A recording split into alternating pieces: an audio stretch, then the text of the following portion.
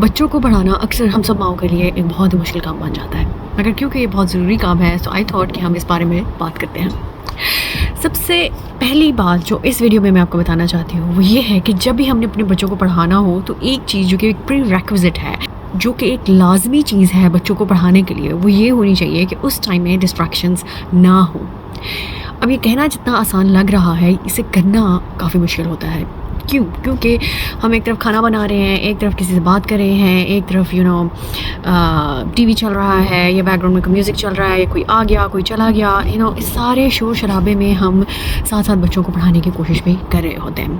اور اسپیشلی اگر آپ کے بچے کو ہائپر ایکٹیویٹی ہے، اگر اس کو اسپیچ لینگویج ڈیلے ہے، اگر اس کو اوٹزم ہے، اگر اس کو کوئی بھی ایک ایڈیشنل مسئلہ ہے جس کی وجہ سے اس کو پڑھنے میں رکاوٹ ہو رہی ہے، تو پھر تو یہ کام بالکل ہی فیل ہو جائے گا۔ اس لیے سب سے پہلی چیز یہ ہے کہ ہم اپنے زندگی میں سے ڈسٹریکشنز کو کم کریں۔ اس کا مطلب یہ نہیں ہے کہ آپ نے کوئی 5 گھنٹے ڈسٹریکشن فری ہو کے رہنا ہے۔ ایک جو عام بچہ ہے اس کا جو ایوریج سٹنگ ٹائم ہے وہ صرف چند منٹ ہوتا ہے۔ فار ایگزامپل، اگر آپ کا بچہ 3 سال کا ہے اور آپ اسے 10 منٹ کے لیے پڑھا رہے ہیں تو 10 منٹ نکالنا کوئی مشکل کام نہیں ہوتا۔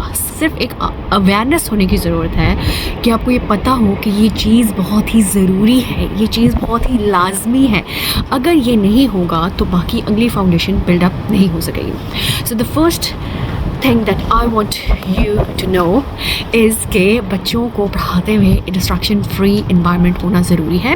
اینڈ نمبر 2، بچوں کو پڑھانے کے لیے آپ کو کوئی بہت 5-6 گھنٹے نہیں چاہیے۔ You just need few minutes of focused attention of you and your child together, and ان شاء اللہ it's going to be worth taking it. یہ ٹاپک کیونکہ بہت امپورٹنٹ ہے، اس لیے میں اس میں ایک ایک چیز کو لے کے چلوں گی اور پھر ہر ویڈیو میں ہم اس کو ایکسپلین کریں گے ان ڈیپتھ کہ اسے کیسے ہم نے ڈیل کرنا ہے۔